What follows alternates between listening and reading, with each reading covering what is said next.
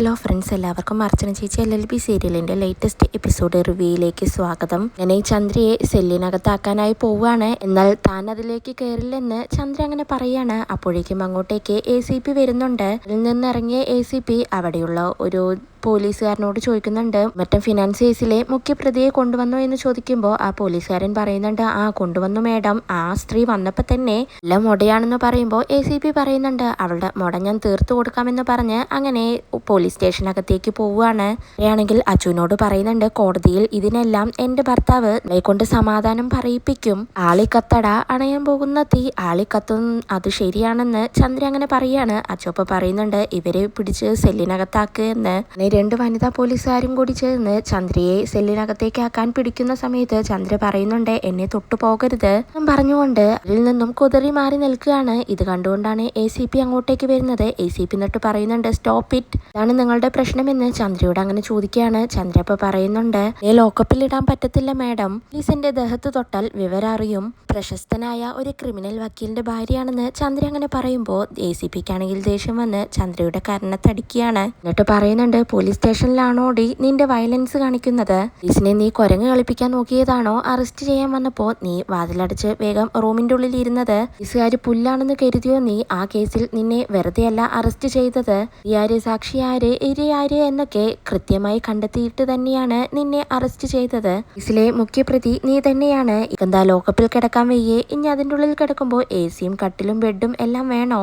പിടിച്ച് മര്യാദയ്ക്ക് ലോക്കപ്പിലാക്കുക എന്ന് ACP അങ്ങനെ വനിതാ പോലീസുകാരോട് പറയാണ്. അവരപ്പം തന്നെ ചന്ദ്രയെ പിടിച്ച് സെല്ലിലാക്കുന്നുണ്ട്. പിന്നീട് അച്ചുവിനെയും വിളിച്ചുകൊണ്ട് ACP നേരെ ചന്ദ്രയുടെ കേസിനെ കുറിച്ച് സംസാരിക്കാനായി ഓഫീസിലേക്ക് പോവുകയാണ്. അച്ഛനെയും മുകുന്ദനാണെങ്കിൽ ചന്ദ്രയെ പോയി കാണുന്നുണ്ട്. ചന്ദ്രയാണെങ്കിൽ ലോക്കപ്പിലാണെങ്കിലും ഒട്ടും തന്നെ അഹങ്കാരത്തിന് കുറവില്ലാതെ പറയുന്നുണ്ട്, എല്ലാം ആഗ്രഹിച്ചതുപോലെ ഇന്ന് നടന്നു, നാളെ ഞാൻ ആഗ്രഹിക്കുന്നത് പോലെയായിരിക്കും നടക്കുക എന്ന് പറയുമ്പോൾ അർച്ചന പറയുന്നുണ്ട്, നീ ആഗ്രഹിക്കുന്നത് പോലെയല്ല നടക്കാൻ പോകുന്നത്, നീ ചെയ്തതിനുള്ള കർമ്മങ്ങൾക്കെല്ലാം ഫലമാണ് നീ അനുഭവിക്കാൻ പോകുന്നത്. അർച്ചന പറയുമ്പോൾ മുകുന്ദൻ പറയുന്നുണ്ട്, എന്നൊരു രാത്രി നിങ്ങൾ ഇതുപോലെ ലോക്കപ്പിനുള്ളിൽ ഇട്ടതല്ലേ, ഞാൻ അനുഭവിച്ചതെല്ലാം ഇന്ന് നിങ്ങളും അനുഭവിക്കേ.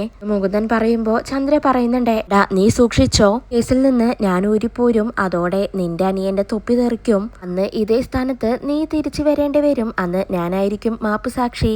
ചന്ദ്ര പറയുമ്പോൾ ഇതെല്ലാം കേട്ട് അർച്ചന പറയുന്നുണ്ട്, ചീ നിർത്തടി, പല കള്ളത്തരങ്ങളും ചെയ്തു കൂട്ടിയിട്ട് അഴിക്കുള്ളിലായിട്ടും നിന്റെ അഹങ്കാരത്തിന് ഒരു കുറവുമില്ലല്ലോ. എന്റെ വീട്ടിൽ കയറി കളിച്ചപ്പോ ഈ അവസ്ഥ നിനക്ക് വരുമെന്ന് നീ ഒട്ടും പ്രതീക്ഷിച്ചില്ലാലേ. എന്നെ കള്ളക്കേസിൽ കുടുക്കി നീയും നിന്റെ ഭർത്താവും കുറെ പീഡിപ്പിച്ചതല്ലേ, നിന്റെ പീഡനകാലമാണ് വരാൻ പോകുന്നത്, നിന്നെ അങ്ങനെ വെറുതെ വിടാൻ ഞാൻ ഉദ്ദേശിച്ചിട്ടില്ല എന്ന് അർച്ചന പറയുമ്പോൾ ചന്ദ്ര പറയുന്നുണ്ട്, നീ എന്നെ ഒരു ചുക്കും ചെയ്യില്ലടി എന്ന്. അർച്ചനപ്പ പറയുന്നുണ്ട്, അത് നമുക്ക് കാണാമെന്ന് പറഞ്ഞ് മുകുന്ദനോട് വായു എന്ന് പറഞ്ഞുകൊണ്ട് അർച്ചന പോവുകയാണ്. മുകുന്ദനാണെങ്കിൽ ചന്ദ്രയോട് പറയുന്നുണ്ട്, ഇവിടെ കിടന്നതിന്റെ അനുഭവം വെച്ച് പറയുകയാണ്, രാത്രിയിൽ വീട്ടിൽ കിടന്നുറങ്ങുന്നതിനേക്കാൾ നല്ല സുഖമാണ് ഇവിടെ കിടക്കാൻ, ദിവസമാണെങ്കിൽ ഒരു ദിവസം നിങ്ങളും ആ സുഖം അനുഭവിക്കണമെന്ന് മുകുന്ദൻ അങ്ങനെ പറയുമ്പോൾ ചന്ദ്ര പറയുന്നുണ്ട്, ചീ പോടാ എന്നങ്ങനെ പറയാണ്. മുകുന്ദനപ്പോ വീണ്ടും പറയുന്നുണ്ട്, കുട്ടിൽ കിടക്കുന്ന നായ്ക്ക് കുരയ്ക്കാം, പക്ഷേ പ്രയോജനമൊന്നുമില്ല, പോട്ടെ എന്ന് പറഞ്ഞുകൊണ്ട് മുകുന്ദൻ അവിടെ നിന്ന് പോവുകയാണ്. പിന്നീട് ജയ്ക്ക് അങ്ങനെ ഒരു ബുക്ക് വായിച്ചുകൊണ്ടിരിക്കുമ്പോഴാണ് അങ്ങോട്ടേക്ക് സുമിത്ര വരുന്നത്. സുമിത്രമ്മ ജയ്ക്ക് മോനെ എന്ന് വിളിക്കുമ്പോൾ ജയ്ക്ക് പറയുന്നുണ്ട്, അമ്മയ്ക്കുള്ള മരുന്നുകളൊക്കെ ഞാൻ അവിടെ എടുത്തു വെച്ചിരുന്നു, കഴിച്ചായിരുന്നോ എന്ന് ചോദിക്കുകയാണ്. സുമിത്രമ്മ അപ്പോൾ ആ കഴിച്ചു എന്ന് പറയുന്നുണ്ട്. ജയ്ക്ക് അപ്പോൾ വീണ്ടും ചോദിക്കുന്നുണ്ട്, പിന്നെ എന്താ അമ്മയ്ക്ക് എന്താ ഒരു ടെൻഷൻ എന്ന് ചോദിക്കുമ്പോൾ സുമിത്രമ്മ പറയുന്നുണ്ട്, എല്ലാം അവിടെ നിൽക്കട്ടെ, നീ പോയി അമ്പാട്ടിലൊന്ന് പോയിട്ട് അവിടുത്തെ കാര്യങ്ങളൊന്ന് അന്വേഷിച്ചിട്ട് വായോ, വീട്ടിലെ പ്രശ്നങ്ങൾ എന്താണെന്ന് ചിന്നൂടെ വന്ന് നമ്മളോട് പറഞ്ഞതല്ലേ, ഞാൻ ആ കുട്ടിയെ വിളിച്ചിരുന്നു, വളരെ സങ്കടത്തിലാണ് ആ കുട്ടി. അർച്ചനയാണെങ്കിൽ മുകുന്ദനെയും വിളിച്ചുകൊണ്ട് എങ്ങോട്ടോ പോയി, ഇതുവരെ അവരെത്തിയിട്ടില്ല. പോലീസിന്റെ അറസ്റ്റ് ഭയന്ന് അർച്ചന മുകുന്ദനെ എങ്ങോട്ടേക്കോ കൊണ്ടുപോയതാണ്. നാട്ടിൽ എന്ത് പ്രശ്നം വന്നാലും നേരിടാൻ അർച്ചന ഒറ്റയ്ക്കുള്ളൂ മോനെ, സാഹചര്യത്തിലല്ലേ അയൽക്കാരായ നമ്മള് അവരെ സഹായിക്കേണ്ടത്, ഒന്ന് പോയി അവിടെ പോയി എന്താണ് കാര്യമെന്ന് അന്വേഷിച്ചിട്ട് വായോ എന്ന് സുമിത്രാമ്മ അങ്ങനെ പറയുമ്പോൾ JK പറയുന്നുണ്ട്, ഇത് വേണോ അമ്മേ, നമ്മൾ അവരുടെ അയൽക്കാർ മാത്രമാണ്, ഉറ്റ ബന്ധുക്കളോ രക്തബന്ധങ്ങളോ ഒന്നും തന്നെ നമ്മൾ അവരുമായിട്ടില്ല, അമ്മയ്ക്ക് അറിയാവുന്നതല്ലേ ഞാൻ അവിടുത്തെ പ്രശ്നങ്ങളിൽ ഇടപെട്ടാലുണ്ടാവുന്ന ഭവിഷ്യത്തുകൾ. തന്നെ അമ്മയുടെ മരുമകൾ ഒരു കാരണവുമില്ലാതെ എന്നെയും അർച്ചനയും ചേർത്ത് ഒരുപാട് കാര്യങ്ങൾ പറയുന്നുണ്ട്, ഈ അർച്ചനയുടെ വീട്ടുകാരെ കൊണ്ടും അതെല്ലാം പറയിപ്പിക്കണോ? മാത്രമല്ല അമ്മേ, എൻ്റെ സഹായം എന്തെങ്കിലും വേണമെങ്കിൽ അർച്ചനയോട് വിളിക്കാനായി ചിന്നുവിനോട് പറഞ്ഞിരുന്നില്ലേ? ഇത്രയും നേരമായിട്ട് എന്നെ ഒന്ന് സഹായത്തിന് വേണ്ടി വിളിച്ചതൊന്നുമില്ലല്ലോ. സ്ഥിതിക്ക് ക്ഷണിക്കാത്ത സദ്യ ഉണ്ണാൻ ഞാൻ എന്തിനാണ് അമ്മയെ പോകുന്നത്? കാര്യത്തിൽ അമ്മേനെ ഒട്ടും നിർബന്ധിക്കരുതെന്ന് ജെക്ക് അങ്ങനെ പറയുമ്പോൾ സുമിത്ര പറയുന്നുണ്ട്, ഞാൻ നിന്നെ നിർബന്ധിക്കില്ല മോനെ, അവരല്ലേ നമുക്ക് വീട് തന്നത് താമസിക്കാൻ. പിന്നെ ആ വീട്ടിലൊരു പ്രശ്നമുണ്ടാവുമ്പോൾ സഹായിക്കേണ്ടത് നമ്മുടെ കടമയല്ലേ? സമയത്ത് നമ്മൾ അവർക്കൊരു ആശ്വാസമല്ലേ ആവേണ്ടത്? പാവം അർച്ചന, അവളെ എല്ലാ പ്രശ്നങ്ങൾക്കിടയിലും ഒരുപാട് മല്ലിട്ടുകൊണ്ടിരിക്കുകയാണ്. സഹായം ചോദിച്ച് അവൾ ആരുടെ പിന്നാലെ പോവുകയുമില്ല, ആരെയും ബുദ്ധിമുട്ടിക്കാറുമില്ല. എന്ന കാലം തൊട്ടേ അവളുടെ സ്വഭാവം അതാണ്. നമുക്ക് ചില ഉത്തരവാദിത്തങ്ങളുണ്ട്, അതെല്ലാം നമുക്ക് സ്വയം തോന്നേണ്ടതാണ്. അതുകൊണ്ട് അതെല്ലാം എനിക്ക് നിന്നോട് നിർബന്ധിക്കാനാവില്ല.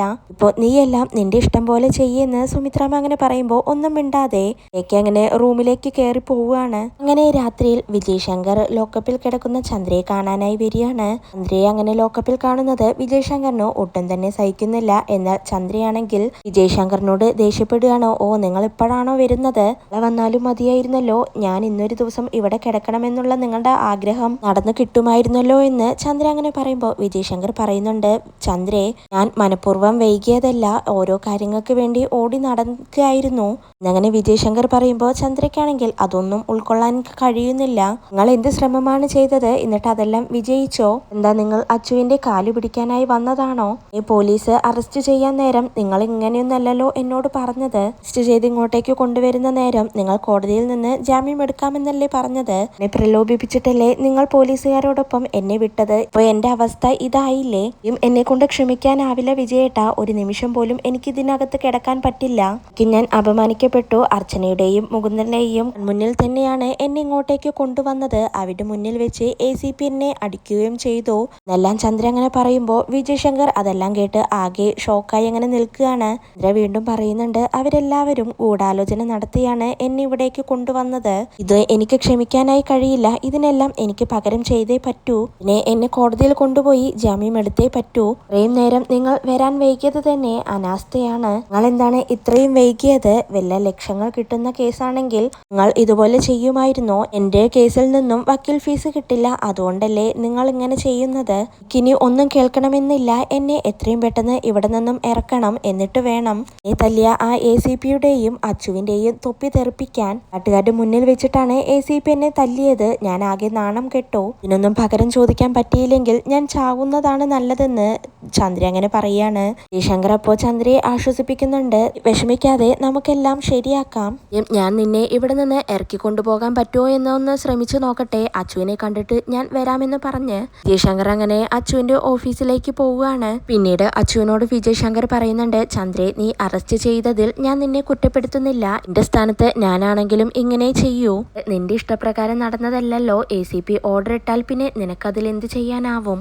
ആയാലും അറസ്റ്റ് ചെയ്താലല്ലേ പറ്റുള്ളൂ എന്ന് വിജയശങ്കർ അങ്ങനെ പറയുമ്പോൾ അച്ചു പറയുന്നുണ്ട്, വിജയേട്ടൻ രേച്ചിയെ റിലീസ് ചെയ്തു കൊണ്ടുപോവാനാണ് വന്നതെങ്കിൽ അത് നടക്കില്ല എന്ന് പറയാണ്. വിജയശങ്കർ അപ്പൊ പറയുന്നുണ്ട്, FIRൽ നിന്നും പ്രതിസ്ഥാനത്ത് നിന്ന് അവളെ നീക്കണമെന്ന് ഞാൻ നിന്നോട് പറഞ്ഞില്ലല്ലോ. അവളെ ലോക്കപ്പിൽ ഇടാതെ വീട്ടിലേക്ക് കൊണ്ടുപോകാൻ നീ അനുവദിക്കണം. സുമായി ബന്ധപ്പെട്ട കാര്യങ്ങൾക്ക് അവളെ കൃത്യമായി ഞാൻ ഇവിടെ ഹാജരാക്കിക്കോളാം. ഉത്തരവാദിത്തം ഞാൻ ഏറ്റെടുത്തോളാം. നിനക്ക് വേണമെങ്കിൽ നിനക്ക് ആവശ്യമുള്ള പണം ഞാൻ രുക്കുവിന്റെ കയ്യിൽ കൊടുത്തയക്കാം. തെറ്റിദ്ധരിക്കൊന്നും വേണ്ട, ഒരു നാണക്കേട് ഒഴിവാക്കാനാണെന്ന് വിജയശങ്കർ അങ്ങനെ പറയുമ്പോൾ അച്ചു ചോദിക്കുന്നുണ്ടോ, ഓ അപ്പൊ ഇത് കൈക്കൂലിയാണോ? ഉണ്ടായിരുന്ന പോലീസുകാരെ നിങ്ങൾ ഇങ്ങനെയാണോ സ്വാധീനിച്ചിരുന്നത്? മിസ്റ്റർ വിജയ് ശങ്കർ, നിങ്ങളെ പോലെയുള്ള ഒരു വക്കീല് ഇങ്ങനെ ഒരു പേരിനും പെരുമയ്ക്കും വേണ്ടി പോലീസ് സ്റ്റേഷന്റെ തിണ്ണങ്ങനെ കയറി നിരങ്ങുന്നത് ദയനീയമായ അവസ്ഥയാണ്. നിങ്ങളുടെ വഴി സ്ട്രൈറ്റില്ലെന്ന് എന്റെ ചേച്ചി പലപ്പോഴും പറയാറുണ്ട്. ഒന്നും എനിക്ക് മനസ്സിലായില്ലായിരുന്നു, പക്ഷെ ഇപ്പൊ എനിക്ക് മനസ്സിലായി. പണം കൊടുത്തും സ്വാധീനിച്ചും നിങ്ങൾ എന്തും നേടും. സ്റ്റേഷനിൽ നിന്ന് നിങ്ങൾ പലതും നേടുന്നത് ഈ വഴിയിലൂടെയാണെങ്കിൽ ഇനി അത് നടക്കില്ല. അവരെ റിലീസ് ചെയ്യില്ല, അതുമാത്രം നടക്കില്ല.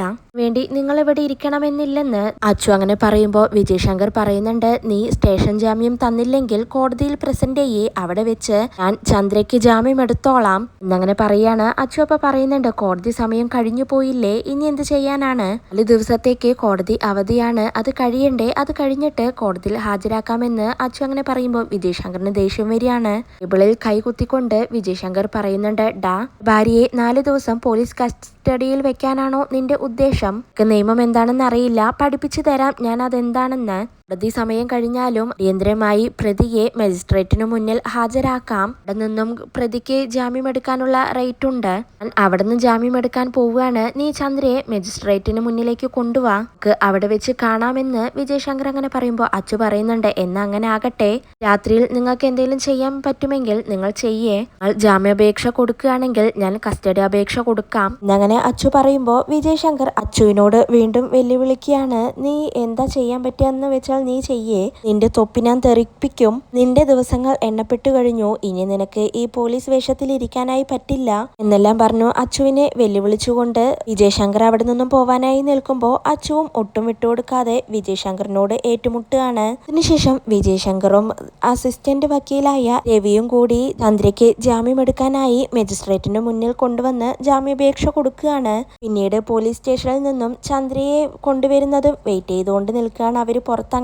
അപ്പോഴാണ് അങ്ങോട്ടേക്ക് അച്ചുവും പോലീസുകാരും കൂടി ചന്ദ്രയെ കൊണ്ടുവരുന്നത്. അങ്ങനെ ചന്ദ്രയെ കണ്ടതിനു ശേഷം വിജയ് ശങ്കർ പറയുന്നുണ്ട്, ചന്ദ്രയെ ഞാൻ മജിസ്ട്രേറ്റിന് ബെയിൽ അപ്ലിക്കേഷൻ കൊടുത്തിട്ടുണ്ട്, നീ പേടിക്കണ്ട, ജാമ്യം കിട്ടും. ഇപ്പോൾ മജിസ്ട്രേറ്റ് എന്തെങ്കിലും ചോദിച്ചാൽ നീ എന്താണ് പറയേണ്ടതെന്ന് ഞാൻ പറഞ്ഞു തരാമെന്ന് വിജയ് ശങ്കർ അങ്ങനെ പറഞ്ഞു കൊടുക്കാനായി നിൽക്കുന്നതും അച്ചു പറയുന്നുണ്ട്, അതൊന്നും പറ്റില്ല, ഇപ്പോൾ പ്രതിയുമായിട്ട് ഒരു കമ്മ്യൂണിക്കേഷനും പാടില്ല, ബഹുമാനപ്പെട്ട മജിസ്ട്രേറ്റ് ഉണ്ടല്ലോ, നിങ്ങൾക്ക് പറയാനുള്ളതെല്ലാം പറയാം, ഇവരെ പിടിച്ച് മര്യാദയ്ക്ക് അകത്ത് കയറ്റിയെന്ന് അച്ചു അങ്ങനെ പറയാണ്. അങ്ങനെ ചന്ദ്രയെ പിടിച്ച് വനിതാ പോലീസുകാര് അകത്തേക്ക് പോവാനായി നിൽക്കുമ്പോൾ ചന്ദ്ര വിജയ് ശങ്കറിനോട് പറയുന്നുണ്ട്, വിജയേട്ട, മജിസ്ട്രേറ്റിന് മുന്നിൽ നിങ്ങൾ കസറണം, കോടതി ഞെട്ടണം, നമ്മുടെ അഭിമാന പ്രശ്നമാണെന്ന് പറഞ്ഞ് ചന്ദ്രയെ അങ്ങനെ അകത്തേക്ക് കൊണ്ടുപോവുകയാണ്. പിന്നാലെ തന്നെ വിജയ് ശങ്കറും രവികുമാർ വക്കീലും പോകുന്നുണ്ട്. അങ്ങനെ ചന്ദ്രയുടെ ജാമ്യാപേക്ഷ മജിസ്ട്രേറ്റ് അങ്ങനെ നോക്കിക്കൊണ്ടിരിക്കുകയാണ്. ഇതോടെയാണ് ഇന്നത്തെ എപ്പിസോഡ് അവസാനിക്കുന്നത്.